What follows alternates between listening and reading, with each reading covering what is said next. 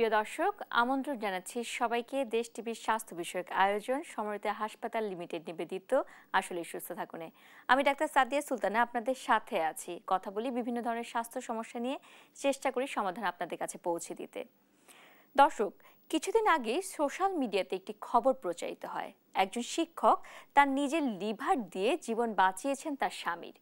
খুবই আনন্দের এই সংবাদটির পরেই জনমনে একটি জিজ্ঞাসা, তা হচ্ছে এই লিভার প্রতিস্থাপন কেন করতে হলো, কি রোগের কারণে করতে হয়, কোথায় করতে হয়, বাংলাদেশে কি করা সম্ভব কিনা। দর্শক, এই প্রশ্নগুলোর উত্তর জানাতেই আজকে আমাদের আয়োজন। আজকে আমাদের আলোচনার বিষয় হচ্ছে লিভার প্রতিস্থাপন, একটি নতুন জীবনের সম্ভাবনা। এবং কথা বলতে আমাদের সাথে স্টুডিওতে উপস্থিত আছেন আমাদের দেশের প্রখ্যাত হেপাটোবিলিয়ারি এবং প্যানক্রিয়াটিক সার্জন অধ্যাপক ডাক্তার মোহসেন চৌধুরী, বাংলাদেশ মেডিকেল বিশ্ববিদ্যালয়ে আছেন। স্যার, আপনাকে স্বাগত জানাচ্ছি আমাদের এই অনুষ্ঠানে।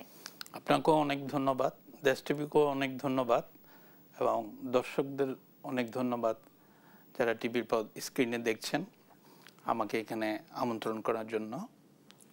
স্যার, আমরা আজকে লিভার প্রতিস্থাপন নিয়ে কিছু প্রশ্নের উত্তর জানতে চাই, সেজন্যই বসেছি। তো প্রথমেই যে প্রশ্নটি আমরা সবসময় শুনছি বা আমাদের মনে জিজ্ঞাসা, তা হচ্ছে লিভার আসলে কি কি কাজ করে এবং কখনই কি সমস্যার মধ্যে পড়তে হয়? আমাদের শরীরে যত অঙ্গ আছে, প্রত্যঙ্গ আছে, তার মধ্যে পেটের ভিতরে লিভার সবচেয়ে একটা বড় অর্গান এবং এটার ওজন অ্যাপ্রক্সিমেটলি আমরা যদি বলি 1.5 কেজি, মেল টু ফিমেল কিছুটা বেরি করে। এবং এর এত বড় অর্গান, এটার ফাংশন অনেক বেশি। আচ্ছা, ফাংশনগুলো, এক নম্বর ফাংশন হচ্ছে আমরা যা খাই প্রতিদিন, কার্বোহাইড্রেট খাই, প্রোটিন খাই, ফ্যাট খাই, দ্যাট মিনস ভাত খাই, মাংস খাই, হ্যাঁ, অন্যান্য জিনিসগুলা খাই, এগুলো সবগুলা ডাইজেশন হওয়ার পরে তারা লিভারে যায়। লিভার হচ্ছে একটা মেটাবলিজমের একটা মেইন ফ্যাক্টরি, এখান থেকে শক্তি উৎপন্ন হয়। যখনই লিভার কার্যকারিতা হারায় ফেলবে তখনই এই এনার্জিগুলো তৈরি হবে না, মানুষ অসুস্থ হয়ে যাবে, দুর্বল হয়ে যাবে, খাবার রুচি কমে যাবে। এটা হচ্ছে একটা important function. Second important function, liver থেকে পিত্ত তৈরি হয়। আমরা পিত্ত সবাই চিনি, আমরা বলি বাইল। এই পিত্ত আমাদের ইন্টেস্টাইনে গিয়ে আমাদের অনেক খাওয়া দাওয়া হজমে সাহায্য করে। তার মধ্যে ফ্যাট একটা ইম্পর্টেন্ট ফ্যাক্টর। 3 নম্বর হচ্ছে আমরা যখন কাটা যায়, এখান থেকে রক্তটা কিছুক্ষণ বাইরে হওয়ার পরে অটোমেটিক্যালি বন্ধ হয়ে যায়। এইটা বন্ধ হওয়ার জন্য যে জিনিসগুলো তৈরি হয় আমরা বলি কোগুলেশন ফ্যাক্টরস, এটা সব লিভারে তৈরি হয়। আমরা এমন অনেক কিছু মেডিসিন খাই যেগুলা লিভারে যাওয়ার পরে এগুলো অ্যাক্টিভ হয়, আবার এমন অনেক মেডিসিন খাই যেগুলো লিভারে যাওয়ার পরে ইনঅ্যাক্টিভ হয়ে যায়। দ্যাট মিনস আমরা অনেক টক্সিন এটা লিভারে গিয়ে ডিটক্সিকেটেড, মানে অকেজো হয়ে যায়। এটাও লিভারের একটা ইম্পর্টেন্ট ফাংশন। নাহলে সারা শরীরের রক্তে গিয়ে এটা বিভিন্ন অর্গানকে আরও নষ্ট করে দেয়, যেমন specially kidney important function, heart, আর অন্যান্য যে ফাংশনগুলো আছে। লিভারের একটা ইমিউন ফাংশন আছে, ইমিউনিটি বলি আমরা, রোগ প্রতিরোধ ক্ষমতা, এই জিনিসগুলা লিভার থেকে তৈরি হয়। এরকম অজস্র ইম্পর্টেন্ট ফাংশন লিভারের আছে, তার মধ্যে এই ফাংশনগুলো খুবই একটা ইম্পর্টেন্ট। যখনই লিভার কার্যকারিতা হারিয়ে ফেলে তখন এই ফাংশনগুলো অটোমেটিক্যালি কমে যায় অথবা একেবারে স্তব্ধ হয়ে যায়। তো এই ধরনের কাজ, অনেক ধরনের কাজের কথা আপনি বলছেন, প্রতিটি আমাদের শরীরকে স্বাভাবিক রাখার জন্য অত্যাবশ্যকীয়। তো এই অবস্থা থেকে দেখা যায় যে লিভার কাজ করছে না কোনো একটা অবস্থায় গিয়ে, এবং তখনই বলা হয় তাকে এন্ড স্টেজ লিভার ডিজিজ বা এর আর চিকিৎসা নেই, এরকম একটি অবস্থা। তো এই অবস্থাটি কোন কোন অবস্থায় যায়? End stage liver disease actually এগুলো হওয়ার জন্য কিছু ফ্যাক্টর আছে। এক নম্বর হচ্ছে লিভার সিরোসিস। লিভার সিরোসিস হলে লিভারের সেলগুলো সব নষ্ট হয়ে যায়, শক্ত হয়ে যায় এবং তাদের ফাংশন, কার্যক্ষমতা হারায় ফেলে। এবং লিভার সিরোসিসের যে ইম্পর্টেন্ট ফ্যাক্টর যেগুলো দ্বারা লিভার সিরোসিস হয় তার মধ্যে বি ভাইরাস, আমরা জানি সবাই, সি ভাইরাস, এগুলো যখনই লিভারকে আক্রান্ত করে তখনই লিভার আস্তে আস্তে কার্যক্ষমতা হারায় ফেলে এবং সিরোসিসের লিভার সিরোসিসের দিকে আগায় যায়। আরেকটা ইম্পর্টেন্ট ইস্যু হচ্ছে জনগণের জানা উচিত শ্রোতাদের যে অ্যালকোহল কনজাম্পশন, যারা অ্যালকোহল খায় রেগুলার কারো অল্প অ্যালকোহলও লিভার নষ্ট হতে পারে, কারো অনেক অ্যালকোহল খাওয়ার পর কিছুদিন পরে লিভারের কার্যকারিতা হারিয়ে ফেলে। আচ্ছা, তো এই সমস্ত লিভারের আরও অনেক কিছু কারণ আছে, যেমন আমরা কপার বলি, একটা আয়রন বলি, এগুলো সাধারণত লিভারে গিয়ে তাদের অ্যাক্টিভিটিগুলো বিভিন্ন কাজে লাগে। অনেক সময় জন্মগত অসুবিধা থাকলে আমরা উইলসন ডিজিজ বলি, হেমোক্রোমাটোসিস বলি, আয়রন মেটাবলিজমে যদি অসুবিধা হয়, তো এই সমস্ত কারণেও লিভার দরকার হয়। এবং আলটিমেটলি এই সমস্ত কার্যক্ষমতা হারিয়ে ফেললে, একেবারে যখন হারিয়ে ফেলে, আমরা তখন পরীক্ষা নিরীক্ষার পর বুঝতে পারি যে এই লিভার আর শরীরে কোনো কাজ করবে না, তখন আমরা তাকে বলি end stage liver disease. End stage মানে এরপরে আর কোনো স্টেজ নেই। আচ্ছা, তো এই সব ক্ষেত্রে কি সবসময় লিভার প্রতিস্থাপন করতে হবে? ইয়েস, লিভার প্রতিস্থাপন আমরা যেটা কমন আমাদের দেশের রোগীরা বুঝে লিভার ট্রান্সপ্লান্টেশন। লিভার ট্রান্সপ্লান্টেশন প্রতিস্থাপনও অনেকে বুঝে, কিন্তু বুঝে না। লিভার যকৃৎ বললে ওরা লিভার বুঝে না, লিভার বললে বেশি বুঝে।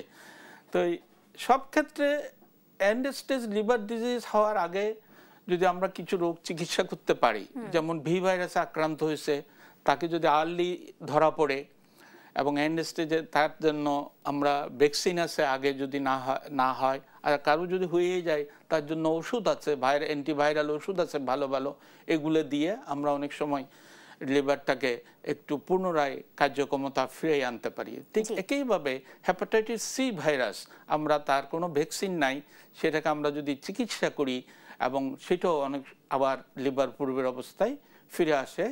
ঠিক একইভাবে অ্যালকোহল কনজাম্পশন যারা করে, অতিরিক্ত অ্যালকোহল যদি সে বন্ধ করে, তাহলে লিভারটা আস্তে আস্তে আবার পূর্বের অবস্থায় ফিরে আসতে চেষ্টা করে। কিন্তু এর মধ্যে আমরা খুব ফলো আপ রাখি যে এর উন্নতি হচ্ছে কি উন্নত হচ্ছে না। দুইটা কথা আছে, রিভার্সিবল মানে আগের অবস্থায় ফিরে আসতে পারি, ইরিভার্সিবল যে এটা আর ঠিক হবে না।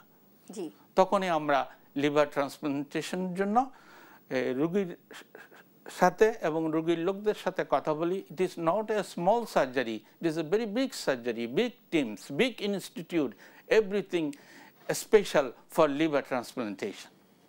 ধন্যবাদ। এই যে লিভার ট্রান্সপ্লান্টেশনের কথা আপনি বলছিলেন এবং বলছিলেন যে প্রতিস্থাপন আর ট্রান্সপ্লান্ট সবসময় একই কথা নয়, সেই বিষয়টি একটু আমাদের দর্শকের উদ্দেশ্যে জানাতে আপনার কাছে জানতে চাই যে কখন কোনটি করতে হয়।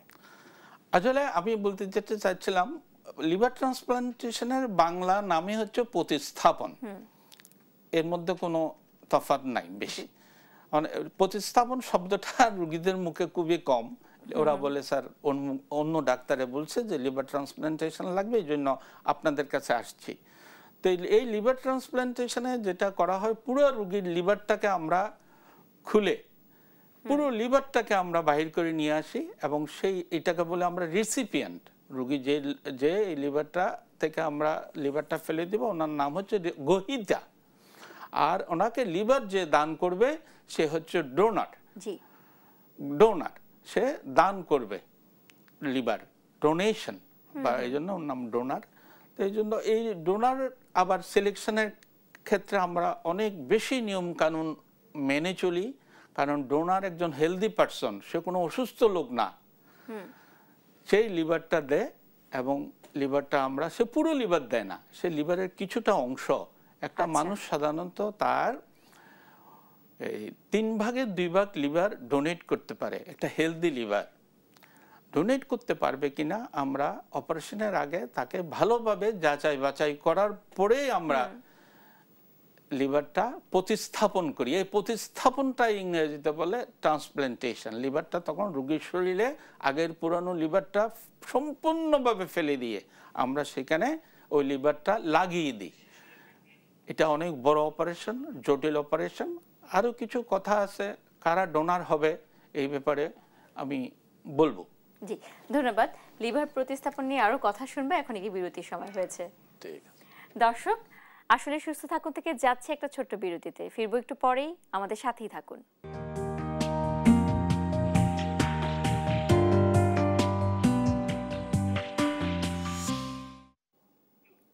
বিরতির পর আবারও স্বাগত জানাচ্ছি সমৃদ্ধ হাসপাতাল লিমিটেড নিবেদিত আসলে সুস্থ থাকুনে। আজকে আমরা কথা বলছি লিভার প্রতিস্থাপন নিয়ে এবং আমাদের সাথে আছেন অধ্যাপক ডাক্তার মোহসেন চৌধুরী। আমরা বিরতির আগে শুনছিলাম যে লিভার প্রতিস্থাপন কখন কিভাবে করতে হয়। তো একটি কথা আসছিল যে ডোনার দান করছে এবং রিসিপিয়েন্ট মানে যার সমস্যা হয়েছে সেটি গ্রহণ করছে। তো এখানে একটি প্রশ্ন আছে যে সবসময় কি জীবিত মানুষ তাকেই দান করতে হবে নাকি মৃত ব্যক্তি থেকেও লিভার নেওয়া যায়? ইয়েস, লিভার আমরা ট্রান্সপ্লান্টেশন লিভার প্রতিস্থাপন সাধারণত দুইটা গ্রুপ থেকে লিভার নেওয়া হয়। একটা হচ্ছে লিভিং ডোনার, যে জীবিত এবং সুস্থ, তার থেকে, এবং আরেকটা হচ্ছে ক্যাডাভারিক, আমরা যদি কথা লেমন টার্মে বলি মৃত ব্যক্তি। মৃত ব্যক্তি মানে সে একেবারে মরে যায় নাই, সে আইসিইউতে আছে বা এই আইসিইউতে আছে, তাকে যে টিউবটা বাইর করে নেবে সাথে সাথে তার মৃত্যু ঘোষণা করা হবে। তখন একটা কমিটি বসে, কমিটি ডিক্লার দ্যাট এই পেশেন্ট থেকে এটা এক্সটুবেট করলে আর্টিফিশিয়াল ভেন্টিলেশনটা যদি আমরা তুলে নিই সাথে তার থেকেও পুরো লিভার নেওয়া যাবে। তো আমরা সাধারণত এখন পর্যন্ত বাংলাদেশে আমরা লিভিং ডোনার লিভার ট্রান্সপ্ল্যান্টটা এবং পৃথিবীর চারিদিকে যে সমস্ত সেন্টারে লিভার ট্রান্সপ্ল্যান্ট হয় সেখানে লিভিং ডোনার লিভার ট্রান্সপ্ল্যান্টেশন বেশি হচ্ছে এখন, এবং সাথে সাথে ক্যাডাভারিক লিভার ট্রান্সপ্ল্যান্টেশনও হচ্ছে। এখন লিভিং ডোনার লিভার ট্রান্সপ্ল্যান্টেশন সবাই কি লিভার ডোনেট করতে পারবে? না। রোগীর আগের থেকে কিছু নিয়ম ছিল। রোগীর আপন আত্মীয় স্বজন লিভিং ডোনার, আপন আত্মীয় বলতে কারা? রোগীর বাবা মা, ভাই বোন, রোগীর ওয়াইফ, রোগীর চাচা চাচি না, ব্লাড রিলেটেড। রিসেন্টলি আমাদের এই স্বাস্থ্য মন্ত্রণালয় একটা সার্কুলার জারি করেছেন যে আগে এই সমস্ত ডোনারের মধ্যে যদি এই ডোনেশনটা লিমিটেড থাকতো তাহলে আমরা ডোনার খুঁজে পেতাম না যদি না মিলে। এখন এটাকে অনেক এক্সটেনশন করছে বর্তমান সরকার। কি এক্সটেনশন করছে? আগে এখন এর মধ্যে ইনক্লুড করছে যে রোগীর ভাতিজা, ভাইয়ের ছেলে মেয়ে, ভাইকনা ভাগ্নি, তাহলে আরো 4 জন আমাদের পুলে বেড়ে গেল। এই 4 জনও লিভার ডোনেট করতে পারবে। Another important issue is that এখন আরেকটা টার্ম ব্যবহার হচ্ছে ইমোশনাল ডোনার। সে রোগীর আত্মীয় না, কিছু না, কিন্তু সে একজন সমাজসেবিক এবং সে বা একজন ভালো মানুষ বা যে মানুষই হোক, সে নিজ দায়িত্বে রোগীকে তার শরীরের লিভার ডোনেট করতে চাচ্ছে। কিন্তু তাকে এই অবস্থায় চাইলে তো আর পারবে না, তাকে এই অবস্থায় একটা কমিটির ভিতর দিয়ে আসতে হবে যাচাই বাছাই করে যে এটার সাথে কোনো অন্য কোনো ফাইন্যান্সিয়াল লিঙ্ক আছে কিনা। There should not be any financial link, এটা সেলফ কনভিন্স হয়ে ডোনেট করতে হবে। এটা হচ্ছে লিভার ডোনারের একটা ডোনেশনের একটা মানে লিভার ট্রান্সপ্লান্টের নতুন অধ্যায়। এটা 20 নভেম্বর এটা পাস হয়েছে, জাস্ট এই 2 দিন আগে এই সার্কুলারটা জারি হয়েছে। অনেকেই জানে না, এটা আমি জানিয়ে দিলাম। আর রিসিপিয়েন্ট তো সে এন্ড স্টেজ লিভার ডিজিজ যেই হোক না কেন, এত বড় একটা সার্জারি হবে, আমরা ডোনারকেও অনেক ভালোভাবে ইভ্যালুয়েট করি। সে একজন সুস্থ মানুষ লিভার দিচ্ছে আর আরেকজন অসুস্থ মানুষ লিভার গ্রহণ করছে। তাই এই লিভার দেওয়ার আগে তাকে আমরা পর্যাপ্ত ইভ্যালুয়েট করি যে লিভার দেওয়ার পরে তার কোনো, লিভার দান করার পরে তার কোনো ক্ষতি হতে পারবে না। ঠিক একইভাবে রিসিপিয়েন্ট যিনি, উনি লিভার গ্রহণ করার পরে সুস্থ থাকবে, এটা আমাদের মাথার ভিতর থাকতে হবে। নাহলে এত পরিশ্রম করে কোনো বেনিফিট যদি আমরা না পাই তাহলে সেই জায়গাটা ত্যাগ করে আবার আরেকটা পেশেন্টকে আমাদের চুজ করতে হবে। তো এই যে একটা জটিল প্রক্রিয়ার মধ্যে দিয়ে রোগীও যাচ্ছে এবং যে দাতা তাকেও যেতে হচ্ছে, তো একটি প্রশ্ন থাকে আমাদের দেশে কি এই প্রতিস্থাপনটি যে প্রক্রিয়াটি আছে এটি কি স্বয়ং সম্পূর্ণ কিনা? কারণ এখন আমাদের দেশে অনেকেই আছে যারা এই ধরনের অপারেশন করতে আমাদের দেশে একটু ভয় পায়, ভাবে যে না দেশের বাইরে যদি যায় তাহলে হয়তো একটু ভালো সাপোর্ট পাবে। ব্যাপারটি বাস্তবিক অর্থে কতটুকু সত্য? এখন পর্যন্ত যেহেতু আমি মেডিকেল ইউনিভার্সিটিতে প্রফেসর হিসেবে আছি, আমাদের মেডিকেল ইউনিভার্সিটিতে আমরা এই পর্যন্ত 4টা লিভার ট্রান্সপ্ল্যান্ট করছি। গত সেপ্টেম্বরে আমরা 2টি লিভিং ডোনার ট্রান্সপ্ল্যান্ট করছি। একজনের ছেলে তার মাকে দিয়েছে, আচ্ছা, আর একজনের বাবা তার ছেলেকে দিয়েছে। আলহামদুলিল্লাহ পেশেন্ট আল্লাহর রহমতে এখন পর্যন্ত ভালো আছে। এখন এই প্রসেসগুলো একদিনে হয়নি। আমাদের শুরু থেকে 2019 সালে আমরা শুরু করেছি এই কাজগুলা, ধাপে ধাপে ধাপে ধাপে টিকে টিকে আমরা এখানে একটা মাল্টিডিসিপ্লিনারি টিম কাজ করে। তার মধ্যে মেইন রোলটা প্লে করে হেপাটোলজিস্ট অ্যান্ড হেপাটোবিলিয়ারি সার্জন আমরা যারা আছি, প্লাস অ্যাসোসিয়েটেড যে টিমগুলো আছে গ্যাস্ট্রোএন্টারোলজিস্ট, মাইক্রোবায়োলজিস্ট, প্যাথোলজিস্ট, কাউকে বাদ দিয়ে না অ্যাপ্রক্সিমেটলি 16 থেকে 20 জনের একটা মাল্টিডিসিপ্লিনারি টিম থাকে। দেন আমরা একটা ইভ্যালুয়েশন কমিটি করে দিই, যে ডোনার আসবে, ডোনারকে তারা ইভ্যালুয়েট করে, ম্যাক্সিমাম আমাদের জুনিয়র ডক্টররা, তারা ইভ্যালুয়েট করার পরে এখন ইভ্যালুয়েশনের মধ্যে প্রথম কিছু সত্য আছে যে লিভার ডোনেট করবে সে আসলে আমার ওই ক্রাইটেরিয়ার মধ্যে আছে কিনা আপন আত্মীয় স্বজনের ভিতর। তারপর তাকে সে ডোনারের ব্যাপারে বলছি, তারপর উনি সুস্থ মানুষ কিনা। যেমন উনি যদি একটা কার্ডিয়াক প্রবলেমে থাকে, ওনার যদি সিভিয়ার ডায়াবেটিস থাকে, আনকন্ট্রোল অন্যান্য হাইপারটেনশন থাকে, তখন ওনারা প্রিলিমিনারিতে বাদ দেওয়া হয়। যেমন আমরা 4টা স্টেপ ফলো করি, স্টেপ 1, স্টেপ 2, 3, 4, এগুলা তো অনেক সবগুলো বলতে পারবো না, এগুলো আমাদের জুনিয়ররাই সাধারণত আউটডোরে আসলে আমাদের রুম করেছি আমরা super specialised hospital, it is also part of medical university. সেই রুমে আমরা প্রতি রবিবার এবং বৃহস্পতিবার আমরা পেশেন্ট ইভ্যালুয়েশন হয়, এবং সেই পেশেন্ট ইভ্যালুয়েশনগুলো ভাগ করে দেওয়া হয় ডাক্তারদেরকে যারা কাজ করবে। আমাদের 16 থেকে 20 জনের একটা টিম কন্টিনিউয়াসলি ওয়ার্কিং দেয়ার, তারা শিফটিং ওয়াইজে কাজ করে সকালে। তো ইম্পর্টেন্ট ফ্যাক্টর হচ্ছে ব্লাড গ্রুপ। প্রথমে যদি ব্লাড গ্রুপটা একই না হয় তাহলে সে প্রথম লাইনেই প্রথমে বাদ যাবে। তো ডোনারের ক্রাইটেরিয়াগুলো সব ফিল আপ করার পরে তার এমনকি আলট্রাসাউন্ড করতে হবে, তার লিভারের সিটি স্ক্যান করতে হবে, লিভারের ভলিওমেট্রিক কতটুকু লিভার সে দান করে, আমরা চাইলেই 3 ভাগের 2 ভাগ তো আর কেটে পারবো না, করে অ্যাসেসমেন্ট করার পরে তাকে আমরা ফাইনাল সিলেকশনে আনি। সে কোনো ভাইরাসে বা ক্রনিক কোনো ইনফেকশন তার শরীরে আছে কিনা, তার কোনো আগে কোনো ম্যালিগন্যান্সি হয়েছে কিনা, এগুলো সব ইভ্যালুয়েট করে ডোনার। এই যে ইভ্যালুয়েশন হলো, সবকিছু ঠিক হলো, তারপর একটা বড় ধাক্কা যেটা থাকে সেটা হচ্ছে খরচটা বহন করা। তো এই খরচটা আসলে আনুমানিক কি রকম আসে এবং সেটাকে আমাদের যারা রোগী আছে তাদের একটা এই ক্রাইটেরিয়া হচ্ছে বেসিক্যালি আমি যদি বলি কতটা খুব হার্ড, নো মানি, এই patient has no money, no liver transplantation. কারণ এটা শুধু অপারেশন করে দিলেই চললো না, এটা অপারেশনের পরবর্তীকালীন খরচও তাকে বহন করতে হবে। তো বর্তমানে বাংলাদেশ আমাদের medical university taken a great steps about financial expenditure of the patient.